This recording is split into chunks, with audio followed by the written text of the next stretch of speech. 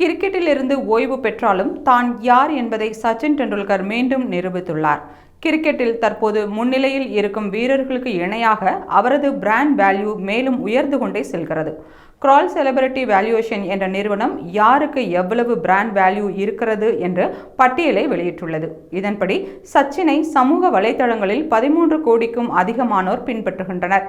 அவரது brand value சென்ற ஆண்டில் 24% அதிகரித்துள்ளது.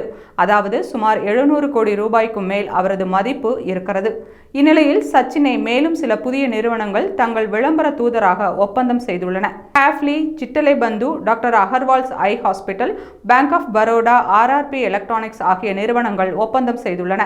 சச்சினின் பிராண்ட் வேல்யூ தொடர்ந்து அதிகரிப்பதற்கு அவர் நிறுவனங்களிடம் நடந்து கொள்ளும் விதம், திடீரென்று ஒப்பந்தத்தை நிறுத்தாமல் தொடர்ச்சியாக ஒப்பந்தம் செய்வது முதலியவை முக்கிய காரணங்களாக கூறப்படுகின்றன.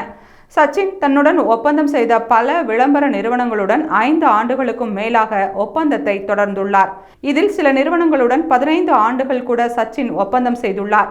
இதுகுறித்து லூமினாஸ் பவர் டெக்னாலஜிஸ் நிறுவனத்தின் செயல் திட்ட வகுப்பாளர் நீலிமா புர்ரா கூறுகையில், எங்கள் நிறுவனம் சச்சினுடன் 10 ஆண்டுகளுக்கும் மேலாக விளம்பர ஒப்பந்தம் செய்து வருகிறது.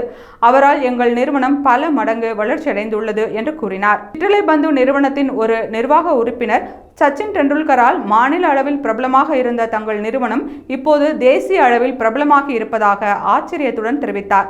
மேலும் சச்சின் கிரிக்கெட் விளையாடிய போது இளைஞர்களாக இருந்தவர்கள் இப்போது நடுத்தர வயதை அடைந்திருப்பார்கள் என்பதும், அவர்களை ஈர்க்க சச்சின் ஒரு பாலமாக செயல்படுவார் என்பதால் தொடர்ந்து நிறுவனங்கள் அவரை தேடி வருகின்றன என்ற கருத்தும் முன்வைக்கப்படுகிறது.